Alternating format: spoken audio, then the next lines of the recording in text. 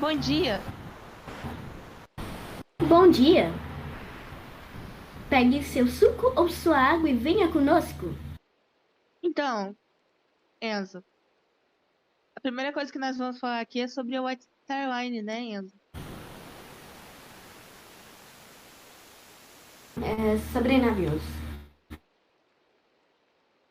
Uhum. E hoje vamos falar especificamente da White Star Line.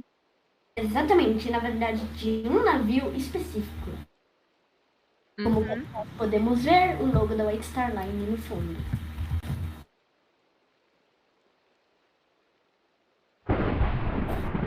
Então, tem alguma pergunta a falar? Pode começar a falar, Enzo. Ok, Pode então. começar falando, na verdade foi errado, desculpa. No final da década de 1920, a White Star Line havia planejado construir dois novos navios É, para. Não. desculpa, Enzo, mas pode falar de novo, porque meio que cortou o seu áudio. No final da década de 1920, a White Star Line havia planejado construir dois novos navios para substituir sua frota envelhecida, ambos a motor em vez de navios a vapor tradicionais. Um superliner de 1.000 pés, 300 metros de comprimento, conhecido como Oceanic, e um menor transatlântico mais econômico de um design semelhante, conhecido como Britannic. O trabalho começou no Britannic em 1927 e foi lançado em 1929. O trabalho começou no Oceanic em 1928 e aqui ele foi lançado. No entanto, problemas financeiros fizeram com que o trabalho do Oceanic fosse interrompido. Em julho de 1929, o projeto cancelado. Em vez disso, a White Star Line decidiu construir um navio irmão mais econômico para o Britannic, que seria parcialmente construído com a quilha reciclada da Oceanic. A White Star Line inicialmente considerou nomear a nave irmã de Germanic, mas foi decidido que ela seria conhecida como Georgic. Ela seria a segunda nave ou navio da White Star Line a levar o nome de Georgic. O anterior, SS Georgic, serviu à empresa entre 1895 e 1916. Nos momentos que eu falei nave, eu quis me referir a navio, ok? É, desculpa aí, mas tô levantando para colocar a foto do MV George. Entendo.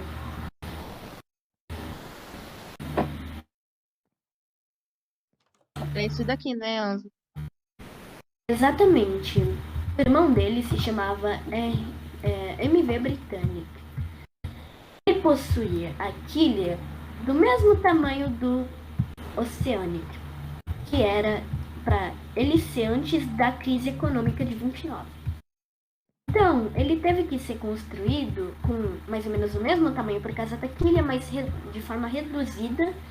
E eu até que gostei, na minha opinião, do formato. Ele é fofinho, né? Na minha opinião, ele é fofinho. Até mesmo o formato da ponte de comando e o formato do próprio navio, incluindo esse novo design da White Star Line, que foi as chaminés reduzidas. Isso para mim foi o auge. E também, uma coisa que eu acabei de lembrar aqui é que quase todos os navios da White Star Line são transatlânticos, né? Exatamente, no início eram para ser meios, meio ship, que era para levar cartas. E o pessoal começou a gostar e virou um serviço de transatlânticos. Aí virou um transatlântico que leva passageiros para seu destino e carga. Qualquer tipo de carga, desde cartas, carros, qualquer tipo de bagagem, frutas, tudo. Nossa, isso daqui eu não sabia. Então, e também uma coisa predominante em todos os barcos da White Star Line é a chaminé preto e amarelo, né? Exatamente. Foi um design muito inesperado por muitos naquela época, digamos assim, porque não era comum ver um navio deste formato. Então, eu vou ter que sair um pouquinho. só um problema técnico aqui que teve na minha casa. Você pode explicar para o público enquanto eu fico aqui? Claro. No projeto, o Georg era essencialmente uma versão ligeiramente maior do que seu navio irmão britânico, uma tonelagem bruta de 27.759, em comparação com os 26.943 de tonelagem do britânico. Georg diferia na aparência do britânico, pois a parte dianteira de sua superestrutura e ponte era arredondada em vez de reta, e a parte frontal de seu convés de passeio estava coberta. Como o britânico, os Georg tinham duas chaminés curtas e atarracadas, bem gordinhas. O da frente era um manequim, ou seja, a chaminé da frente era falsa para abrigar a sala de rádio e a sala de fumar dos engenheiros. Então, isso daí eu não sabia e eu já resolvi o problema técnico aqui. Então, hoje a gente vai falar dos trigêmeos, né? O Titanic. Hoje não, na próxima. Hoje não? Ah, tá. No próximo episódio. O motor do Georg era idêntico à sua irmã, constituindo de dois motores diesel de duplação de 10 cilindros, 4 tempos, projetados pela Burmeister e Wine. Na época, esses eram os maiores e mais poderosos motores de seu tipo construídos. Eram acoplados duas hélices e podiam produzir 20.000 cavalos de uma potência de freio. Estes podiam impulsionar o navio a uma velocidade de serviço de projeto de 18 nós, 33 km por hora. Embora muitas vezes ele tivesse uma média de 18,5 nós em serviço. Os interiores do Georg foram decorados, no entanto popular estilo Art Deco, que diferia do britânico, que eram decorados em vários estilos da época que eram populares na década de 1920. As capacidades de passageiros de Georg foram dadas como 479 classe cabine, 557 classe turística e 506 terceira classe, além da acomodação de passageiros. O Georg também tinha capacidade de carga refrigerada em 2 de seus porões. Seu casco foi dividido em 8 compartimentos estanques por 12 anteparas principais. A construção começou em julho de 1929 e ela foi lançada em 12 de novembro de 1931. E após a montagem, iniciou seus testes em março de 4 de julho de 1932, o qual estava pronto para serviço.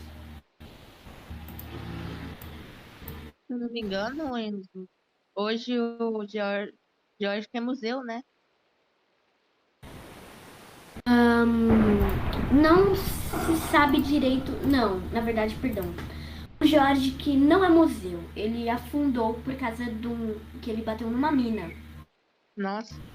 E acabou pegando fogo, infelizmente. Mas seria muito legal se fosse.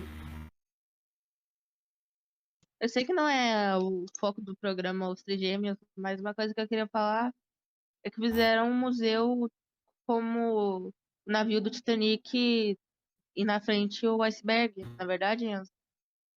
Sim, a localização, se eu não me engano, fica em São Francisco. E é muito interessante, de verdade. E agora eu vou colocar uma imagem do MV Georgic no Minecraft, na construção que fizeram dele no Minecraft. Sim. Como se pode ver, o formato da proa do Georg era um pouco mais rebitadinha e as chaminés menores. A popa também não era um estilo recente, que os navios não acomodavam na época. Era uma popa sem aquela parte que abriga o leme. O leme era totalmente debaixo d'água. Ou seja, a popa tinha mais espaço e mais espaço para cabines.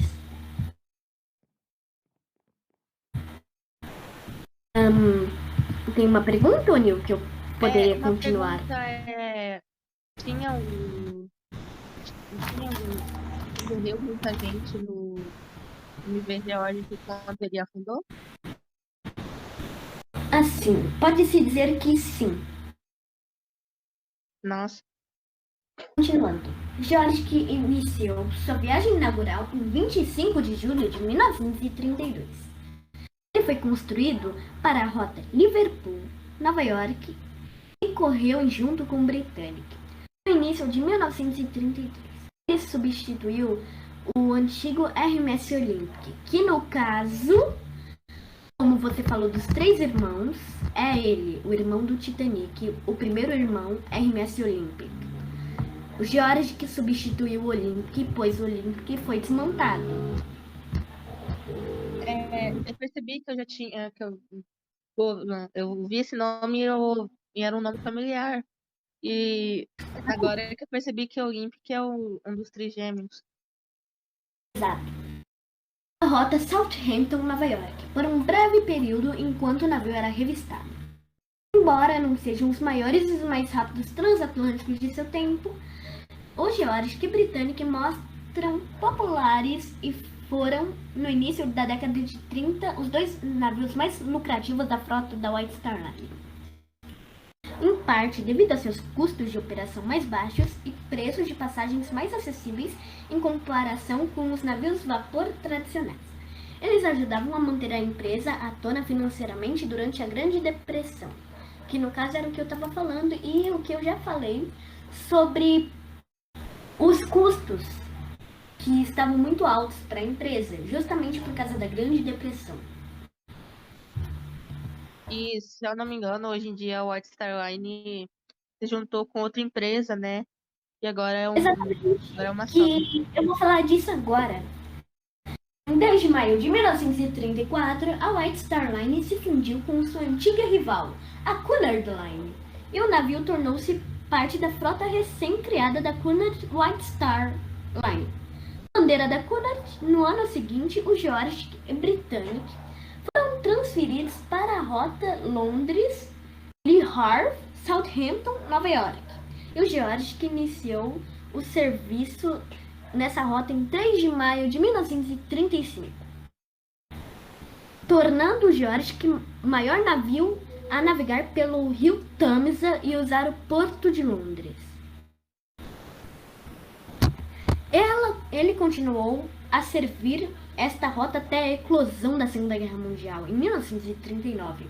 Com a eclosão da guerra, ou seja, o surgimento da guerra, George que não foi imediatamente requisitado, mas foi transferido de volta para a rota Liverpool-Nova York em setembro de 1939 e fez 5 viagens de ida e volta antes de sendo requisitado para as tarefas de tropa em 11 de março de 1940.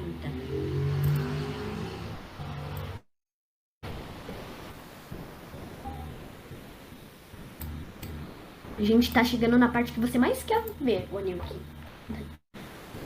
Nossa. Em abril de 1940, George que foi convertido às pressas em um navio de tropa, com capacidade para 3.000 soldados.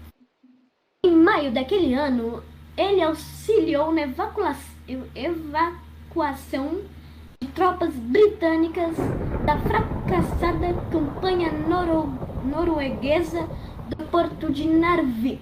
Em julho, auxiliou a operação aérea, evacuando tropas dos portos franceses de Brest-Saint-Nazaire. Neste último, o tropa Lancaster foi bombardeado e afundado em 17 de julho com perda de pelo menos 2.888 vítimas. Entre julho e setembro de 1940, navegou para a Islândia e depois para Halifax, Nova Escócia, para transportar soldados canadenses. George, que não fez uma variedade de viagens de Liverpool e Glasgow para o Oriente Médio através do Cabo, juntamente com viagens entre Liverpool, Nova York e Canadá. Entre maio de 1940 e julho de 1941, o George transportou cerca de 25 mil soldados, principalmente para o Oriente Médio. Ou seja, um dos navios que fazia parte da história foi bombardeado, e agora eu vou falar sobre bombardeamento e na hora que pegou fogo o George. Em 22 de maio de 1941, George deixou Glasgow sob o comando do capitão A.J. Greig com a divisão 50 de infantaria Northumberland em destino a Port Twave, no Golfo de Suez, através do Cabo. Ele fazia parte de um comboio que teve de ser deixado quase desprotegido devido à caça de encouraçado alemão Bismarck. Mas chegou em segurança 7 de julho e as tropas a bordo foram desembarcadas. Uma semana depois, 14 de julho de 1941, enquanto ele estava ancorado no porto de Tewkesbury, esperando para embarcar 800 detidos italianos, aeronaves alemãs varrendo a hidrovia em busca de alvos avistaram-na e começaram a atacar. Depois de várias falhas, o navio foi atingido por 2 bombas. O primeiro resvalou para o lado e explodiu na água, causando danos consideráveis ao casco do navio George, do nosso George, e parte do porão número 4, do compartimento 4, causando fortes inundações. O segundo atingiu extremidade traseira do convés do barco. Penetrou 5 convéses e explodiu em um poço de elevação, causando grandes danos ao compartimento número 5. Iniciou um incêndio que inflamou o óleo combustível de tanque de combustíveis rompidos. O fogo acendeu a munição de armazenamento nos porões traseiros, causando uma explosão que envolveu toda a extremidade traseira do navio em chamas. Apesar do grande dano, engenheiros do navio ainda foram capazes de ligar os motores. O capitão Gray conseguiu manobrar o navio em chamas em um recife perto da Baía de Suez para encalhá-lo, para que não bloqueasse o canal movimentado. Enquanto fazia isso, George colidiu com outro navio, o HMS Glenard, que resultou na torção da haste do George. E a essa altura, as chamas se espalharam para os convés superiores, quando começou a afundar. Logo foi dada a ordem para abandonar o navio, e todos a bordo conseguiram escapar pelos botes salva-vidas. O George, que acomodou lentamente pela popa do recife raso e foi deixando para queimar nos dias seguintes. Quando o navio estava meio submerso, a casa de máquinas inundada e superestrutura destruída pelo fogo estava enegrecida, concha torcida. Ou seja, eu tinha me enganado na parte de que mataram todos. Não todos, mas a maioria. Mas ninguém, graças a Deus, ninguém morreu. Eu só tinha me enganado com outro navio, que talvez a gente fale depois. Nossa, quanta coisa. Então, eu não tenho nenhuma pergunta. Você vai falar mais alguma coisa? Bom, só pra acabar, o George, só pra acabar de falar, pra deixar bem completinho, o George que finalmente conseguiu ser resgatado e transformado em um navio transatlântico de novo. Para tropas, serviço militar. E com isso nós temos uma grande chance, nós gostamos muito disso, da nossa comunidade de navios, E a gente, como ele foi resgatado para tropas, ele foi desmontado, mas pelo menos ele afundou e voltou. Uma coisa que já é bom e que outros navios não tiveram essa chance como o Britannic, Titanic, entre outros navios que naufragaram, e a gente não teve oportunidade de ver eles. Se eu não me Nem engano, né? Se eu não me engano, o Titanic não pode ser tirado do lugar, né? ele está em um estado de decomposição tão forte que não dá mais. Ele está totalmente soterrado, não soterrado totalmente, mas a parte vermelha dele, né? Que é a parte que não flutua dele. Digamos assim, a linha do oceano, assim, que fica encostando nele. Perdão. Eu não sei se eu falei muito bem agora, que eu tô meio enrolado, mas a parte que basicamente fica debaixo d'água dele tá soterrada na terra, causando com que ele não possa ser retirado e com que ele desmanche mais rápido. E, se eu não me engano, existe uma bactéria que come metal que está no Titanic. Exatamente, por isso que cada vez mais ele está se tornando mais corrosivo e não dá para tirar ele de lá, infelizmente. Queria ver muito no noticiário que o Titanic voltou, só que infelizmente, por enquanto, isso não é possível. Bom, não O é Titanic possível, 2, mas tem um ser humano criando o Titanic 2, né? exatamente, e também a China criando uma réplica, ou seja, ainda é uma oportunidade para a gente ver com nossos próprios olhos e sentir a emoção de estar em um navio histórico. Então, você tem mais alguma coisa para falar sobre Georgia? Acho que não. A gente pode encerrar, né? É, então, estamos encerrando o programa. Tenha um bom dia ou uma boa noite, se Uma você boa estiver de noite, ou tarde uma boa ou tarde. uma boa tarde e Deus acompanhe vocês. Até logo. Até o próximo episódio. E tchau! Tchau. E terminamos.